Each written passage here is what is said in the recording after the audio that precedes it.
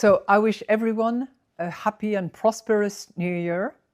This is not any New Year for the Euro area. We are welcoming Bulgaria as a new member of the Eurozone. It will be the 21st country joining, and we are delighted to welcome all the Bulgarians into the Euro area using the Euro.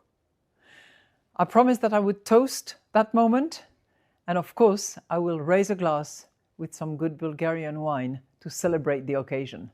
Happy New Year. This is my video update on this Thursday afternoon, January the 1st. Coming to you from Larnaca, Cyprus. Happy New Year. Happy 2026. Let's talk about some news, and let's start things off with protests in Iran. Should we start off with Iran? We're about one day into the new year, and we already have some protests taking place in Iran. The usual suspects in the West. Hello, my friend. The usual suspects are talking about regime change in Iran. The reason that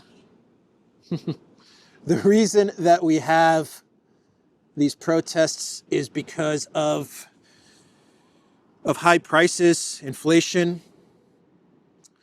a weak currency, and there is talk about the Iranian government falling. I don't think that's going to happen. CNN has an article with the title, "Iran appoints new central bank governor after mass protests as currency hits record low." So 2026. And we are already starting with Iran. What do you think about that? Larnaca Beach Cat. I think Larnaca Beach Cat is saying no more regime changes, right? No more regime change. So that's the situation with Iran.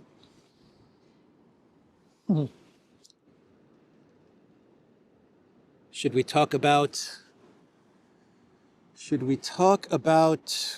the drone strikes? Let's talk about the drone strikes and the talk of no evidence from Russia. Well, Russia provided evidence.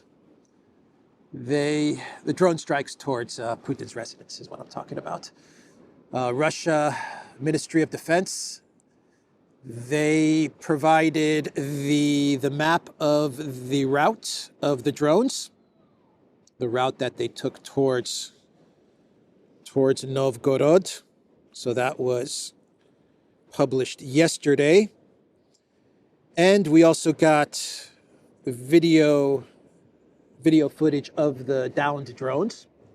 I believe 2 or 3 videos of the drones which were knocked down, as well as all the details of the drones. They had a powerful warhead, the drones that were heading towards Novgorod. We got the make, the model, all of that stuff was released yesterday.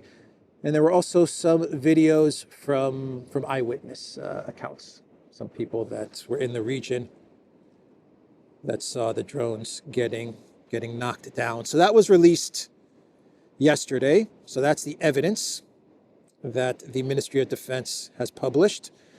Russian MOD publishes map of Ukrainian drone attacks on Putin's residence.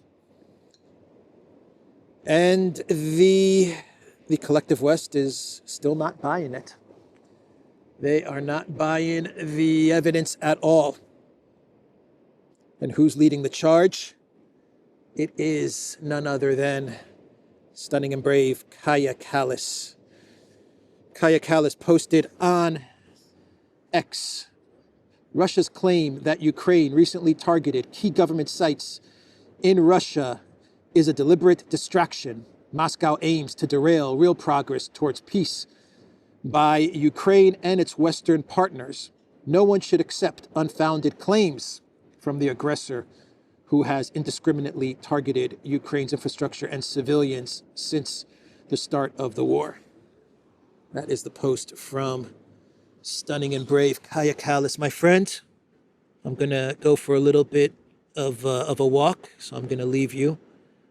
But it's been a pleasure, and I wish you a very, very happy New Year. Beautiful Larnica cat. Okay. Let's go for a walk. So that is the message from Kaya Kallis. Don't believe any of the Russian claims or the Russian evidence. Don't buy it. It's all a distraction to prevent peace. And then we had the articles come out. Kicking things off was the Wall Street Journal with an article with the title, U.S. finds Ukraine didn't target Putin in drone strike. Disclosure of the findings comes as Trump appeared to play down the Russian claim of an attempted attack. So in this Wall Street Journal article, according to their sources, the CIA found no attempted attack against Putin had occurred.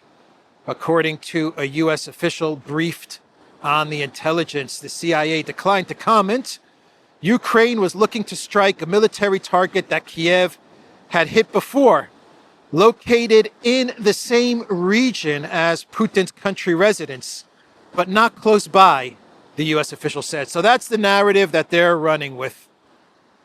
That the drones, they're confirming that the drones, in this report from the Wall Street Journal and their intelligence sources in the CIA, they are confirming that drones were sent towards the region, towards the Novgorod region, but they were targeting a military facility that they had targeted in the past, which is in the region but not close by. In the region, but not close by. So yeah, the drones were heading towards Novgorod, where Putin's residence is, but they were hitting a different target. They were aimed at a different target, and they don't mention what the target is, by the way. They don't say what this military target that they have hit in the past, what the name of this target is. They've hit it in the past, but we're getting no information. Well, I mean, if they've hit it in the past, if they've targeted this military facility in the Novgorod region in the past, what's the problem with naming that facility? I mean, it's already been targeted. So just say what the facility was. Why keeping it secret? Maybe they have to figure out what the name of that facility was. The CIA. That's what the Wall Street Journal is claiming.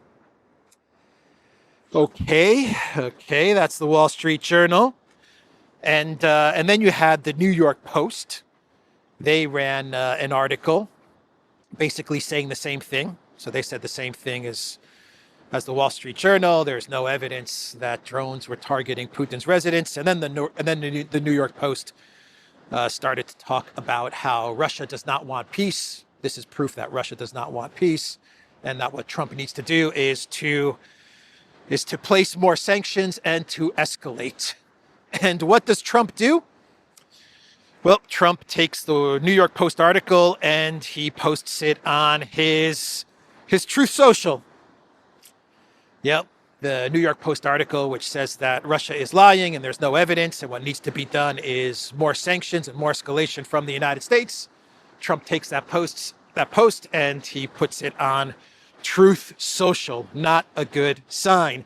And then you have the New York Times, so the Collective West media. They started to run all the articles about no evidence, or the drones were going somewhere else, not Putin's residence. They all started to post the articles yesterday, and and the New York Times did its part. So after the Wall Street Journal, after the New York Post, the New York Times runs an article with the title, "Ukraine did not target Putin's home, CIA finds." The assessment rebutted a claim that the Russian leader made to President Trump in a phone call this week. So the CIA, according to the New York Times, briefed Trump, and according to their sources, the statement from Russia and Putin's statement to Trump is not true. His residence was not being targeted. Once again, the drones were aiming for a military facility, a facility in the region, but not Putin's residence. We wanted to hit a facility in the region, but not Putin's residence. Okay, we wanted to target the White House, but we weren't targeting the White House. We were targeting the 7-Eleven across the street, right? Okay. But as the New York Times posts an article about the CIA telling Trump that there was no targeting of Putin's residence, on the same day, the CIA, the New York Times posts an article about how the CIA is helping Ukraine use drones to target oil tankers and oil facilities. So they published an article saying that Putin's residence was not being targeted by drones. And then a few hours later, they published an article saying that the CIA is helping Ukraine target oil facilities and oil tankers. Okay, New York Times. This is all coming from the New York Times.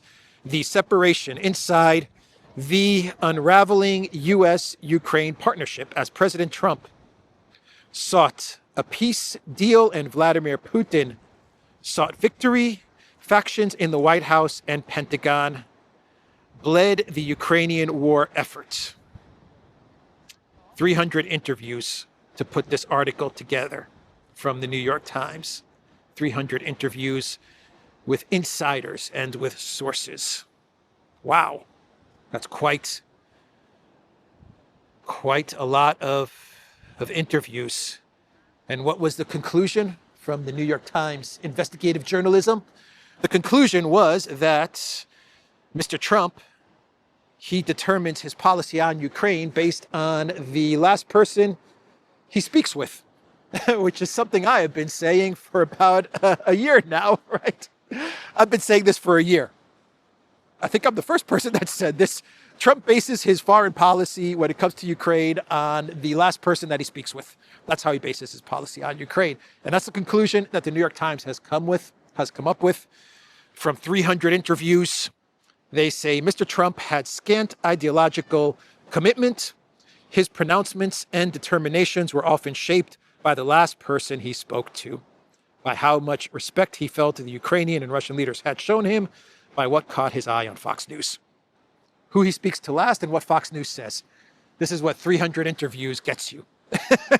That's the conclusion that you come up with, and that's how Trump bases his Ukraine policy. But then the article talks about how the CIA, how Ratcliffe is briefing Trump on Ukraine. It talks about how Vance and Colby is a faction in the White House that wants to move away from Ukraine and focus more on China and on Asia. But you have the other factions in the U.S. government that want to deliver the defeat to Russia. So you have this divergence, this split, and Trump kind of plays both sides depending on who he speaks to last. It also claims that Keith Kellogg, he came up with the peace plan, the peace effort. He was the one driving the peace effort, which talked about a compromise. Keith Kellogg came up with an exchange, a two and two exchange that Witkoff pitched to Putin. And this was all Kellogg's idea. Russia gets Donetsk and Lugansk, and they give up all of Kherson and all of Zaporozhye, and Trump sent Witkoff. Trump was doubtful that Putin would accept this, but he sent Witkoff to Moscow, pitched it to Putin. Putin said, no way. But then the article claims that Putin was ready to freeze the contact line in Zaporozhye and Kherson. That's what they claim Russia was ready to do. Donetsk, Lugansk, and the compromise was we're not going to give up Kherson and Zaporozhye. They're part of the Russian Federation, but as a compromise, we'll freeze it on the contact line. I don't believe that for 1 second, but this is what the New York Times claims. And all of this was Keith Kellogg's idea, this 2-and-2 exchange.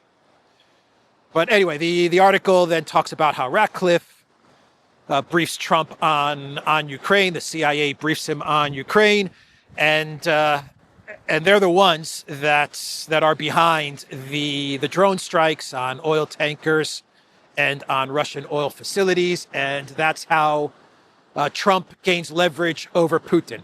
And they claim that the oil strikes are working. The strikes on oil facilities and tankers are working, and they're giving Trump leverage over Putin. I don't buy that for a second either, because the article, and Alexander brought this up, and he makes a good point. The article claims that the CIA strategy is working by going after oil facilities, or helping Ukraine go after oil facilities, because they're striking the oil facilities, and this is costing Russia $75 million per day, and this is giving Trump leverage over Putin. So $75 million per day is not enough to cause concern for Russia and for Putin. That's not what's going to give you leverage over Putin, $75 million a day in losses from hitting the oil facilities. But this is what the CIA, what the New York Times is claiming, according to their sources in the CIA. But it's an admission. The bottom line is that this is an admission from the CIA, from the New York Times, that the CIA, as Trump is negotiating with Putin, they are the ones who ultimately are providing the intel and the strike capability for the drones to hit Russian infrastructure and Russian tankers. While at the same time, they are also running with the article saying that Ukraine was not targeting Putin's residence. So the CIA is running the show. That's the bottom line, right? And it's Ratcliffe that is briefing Trump on all of this stuff. It makes Trump look bad.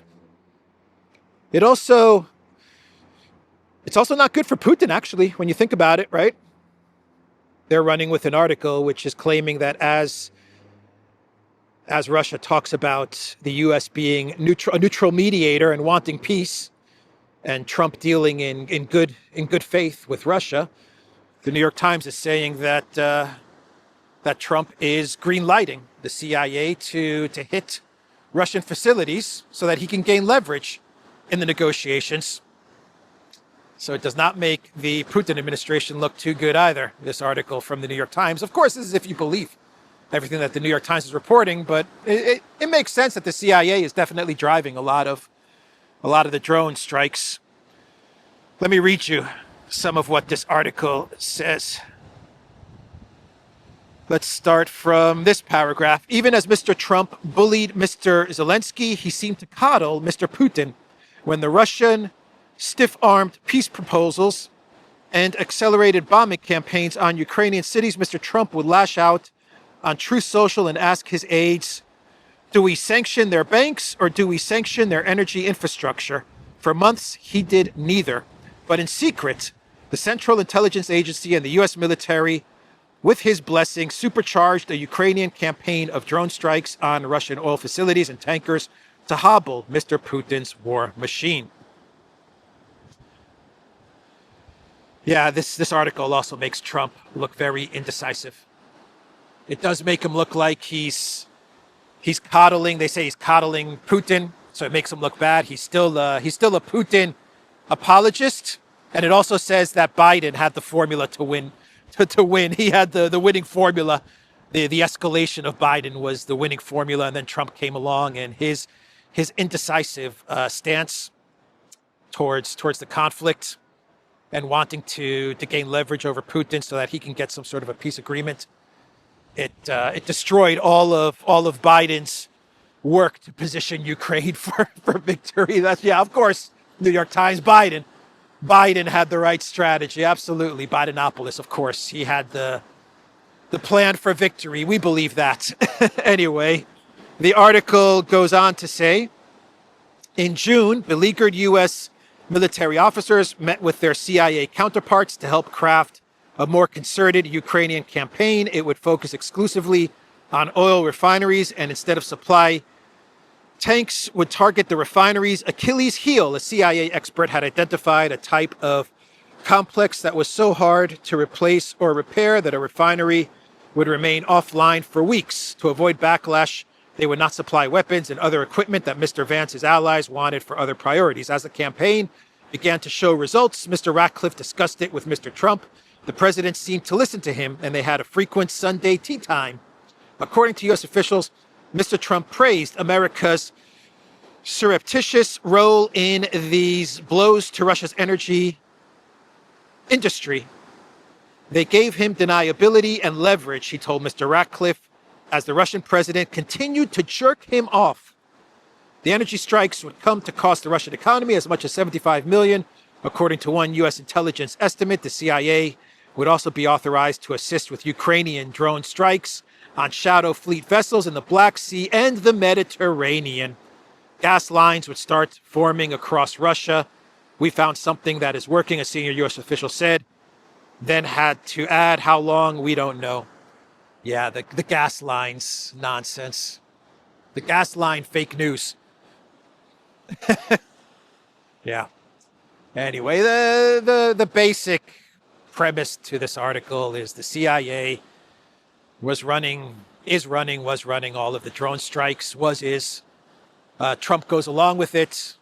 He plays off Vance and Colby. He plays them off against the CIA and the war hawks and the neocons. And that's his policy towards Ukraine, all in an effort to gain leverage over Putin. Right? That's the basic message here. So bad all around. All around, it's just bad. And there were drone strikes yesterday, as Putin was giving his New Year's message. There were drone strikes targeting Moscow, and in a bit of sad news, some sad news is that there was a big strike into the Russian-controlled part of Kherson, and this killed 24 people as they were celebrating the new year. And the reports are that there was a reconnaissance drone that saw the celebration, and then the strikes came in. 50 people injured, 24 killed in Ukrainian strike on Russian New Year celebration. The drone attack in Kherson region has left over 50 others wounded, Vladimir Saldo has said, the governor of the Russian side of Kherson. So as Putin was giving his New Year's speech, as people were celebrating New Year's, the strikes tried to do damage to Moscow and did do damage to Kherson, the drone strikes. So that's an update on all of that. Do I have anything else to report on the drone strikes? No, I do not. Check out Alexander's video. He goes into more detail on the New York Times article and on the admission from the New York Times that the CIA is indeed behind the drone strikes on Russian gas facilities, oil facilities, as well as the tankers, including the tanker in the Mediterranean. I would imagine including the strike on the tanker off the coast of West Africa as well, right? Or was that France? I don't know. Not good. Not good at all. The neutral mediator, the Trump administration, the peace president. So let's move on. And before we get to a clown world, we have the news that today Bulgaria enters the euro. Bulgaria enters the euro currency. the Eurozone. A moment of silence for Bulgaria. Things are going to get really tough now. The people don't want it. The people don't want the euro. Bulgarians understand that this is going to lead to price increases, but the elite, they don't care. Even as the government has collapsed, they're still going to push forward with adopting the euro. And Christine Lagarde, she was very happy, very excited. Let the plundering and the pillaging begin for the globalists. So that's the news there from Bulgaria. And let's do a clown world and wrap up this video. And we'll go around the globe and talk about all of the New Year's messages from all of the various leaders.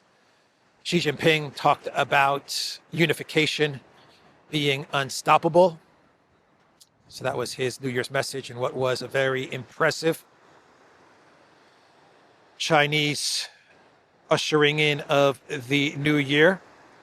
Chinese President Xi vows unstoppable reunification with Taiwan.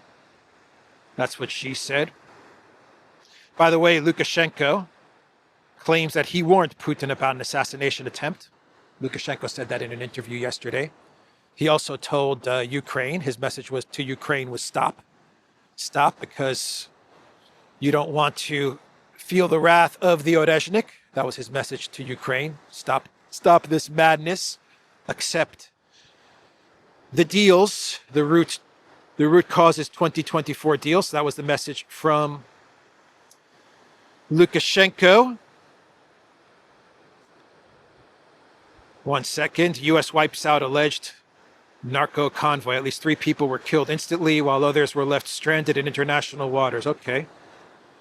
So I'm looking at my feed right now, and it looks like we got another strike on a Venezuelan convoy.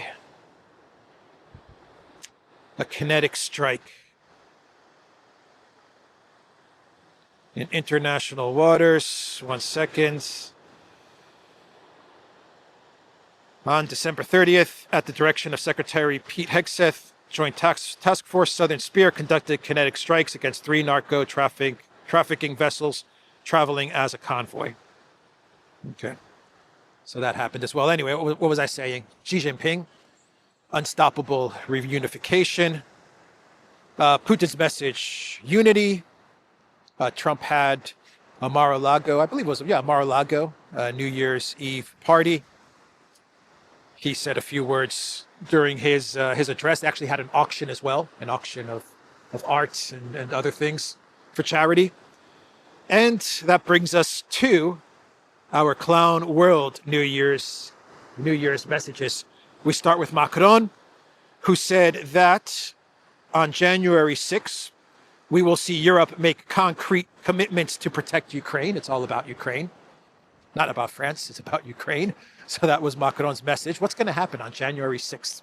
Does anyone know what is going to happen on January 6th? Isn't there some meeting between European leaders? Anyway, Macron said that there's going to be a big announcement on January 6th, which will commit Europe even more to Project Ukraine and to victory over Russia. So that was Macron's message. January 6th, that is the big day, according to Macron. Flip-flopper Macron. Chancellor Merz, he was telling the Germans on New Year's Eve, his New Year's message was that we are not victims of external circumstances. We are not a plaything of great powers. Our hands are not tied. Let us not listen to the fearmongers and the doomsdayers. Yes, don't listen to the fearmongers. Listen to the warmongers, not the fearmongers. BlackRock Merz telling the people of Germany in his New Year's message that we are not a plaything for the great powers. This is coming from BlackRock Merz. What's going on with Nord Stream, by the way? No evidence in the drone strikes. No evidence. What about Nord Stream? What's going on with Nord Stream, Europe? First, deal with Nord Stream, and then you can chime in on the drone strikes towards Putin's residence. Nord Stream evidence? Don't need it. Don't need to investigate it. Don't need to go into detail with the Nord Stream. Let's not even talk about it. Gilligan, the skipper, and Sergei K. and all of these guys, right? So anyway, BlackRock Mertz. Germany is not a plaything as it's being deindustrialized by the great powers, by the collective West. Germany is not a plaything, according to BlackRock Mertz. Anyway, that was his message. Then we get to Ursula von der Leyen, who posted on X, as we start the new year 2026, you can count on me and my team to continue working relentlessly to make Europe stronger.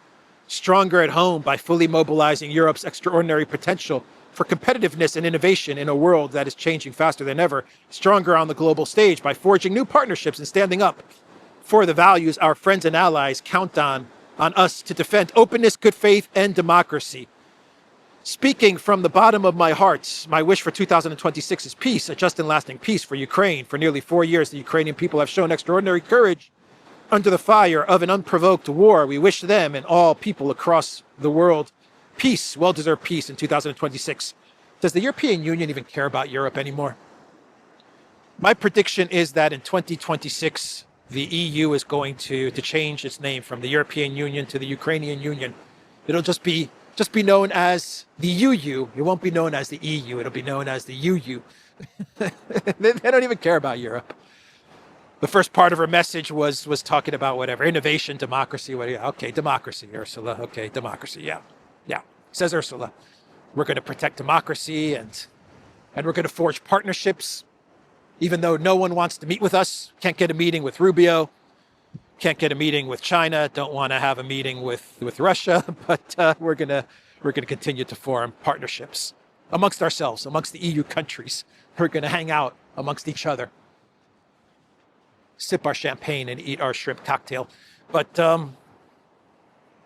But then she talks about Ukraine, right? The just and lasting peace. They've got that line down pat. Innovation in Europe. What innovation? What innovation is she talking about? Anyway, I'm rambling. The real clown world in all of this is that at the end of her post, she has a picture. Now Ursula posted this. This is not me. She has a picture of herself with the message, Happy New Year 2026. You could see the image on the screen. That's what she posted, is an image of herself with little fireworks in the background saying Happy New Year 2026. That's her New Year's image. Not a picture of a building in Brussels or a nice city in Europe or a nice location in Brussels, a historic monument in Brussels with fireworks or something like that, or a picture of Santa Claus with fireworks, or I don't know. Nope, it's going to be a picture of me. Me, an AI-generated picture of me saying Happy 2026. Does anyone think that's weird? I think that's weird. I think that's a bit weird. Anyway, what do I know? What do I know? That's the video, everybody. A laid-back video. Unfortunately, the news is not very good, unfortunately. But the video was a bit more laid back on this January 1st. And I will see everyone tomorrow. Like this video, share this video, subscribe to this channel, and check out our Substack. I will see everyone tomorrow on January the 2nd. Take care.